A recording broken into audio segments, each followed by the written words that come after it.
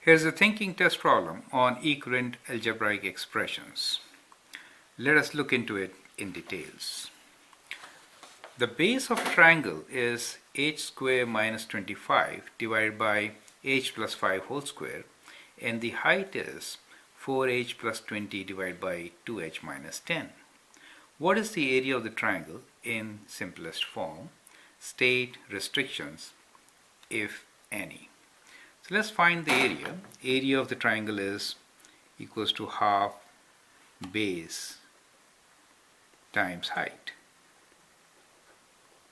So in this case, we are given base as h square minus 25 divided by h plus 5 whole square, and the height is 4h plus 20 divided by 2h minus 10. So that becomes the area. Now let us write down this area in simpler form. So we should actually factor it to simplify. H square minus 25, it is h square minus 5 squared. So we could write this as h plus 5 times h minus 5. Denominator is already factored, h plus 5 whole square, times 4h plus 20. We can take 4 common, h plus 5. In the denominator we can take 2 common, h minus 5, correct?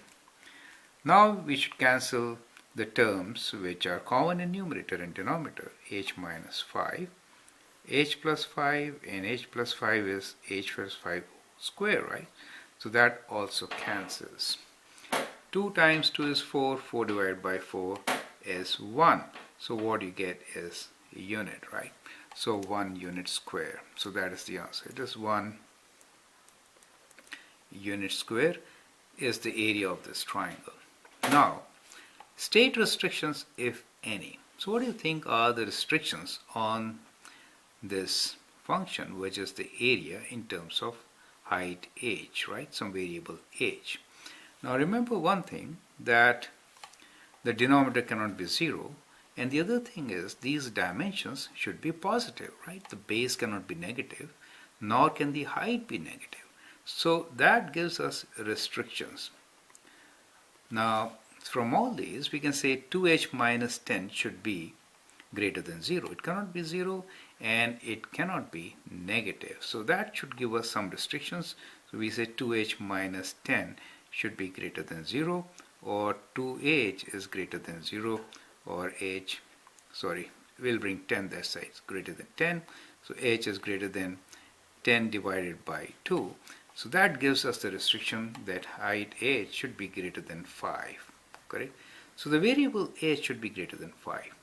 It really works for us, since in the numerator also we have h square minus 25.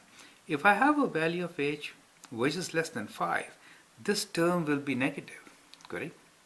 So therefore we should write the restrictions that h belongs to real numbers, so that h is greater than 5, right? So that is the restriction on the variable h for this particular question. It's a thinking question for you. So, and communication, we have added this part of restrictions. I hope it makes sense to you. Thank you and all the best.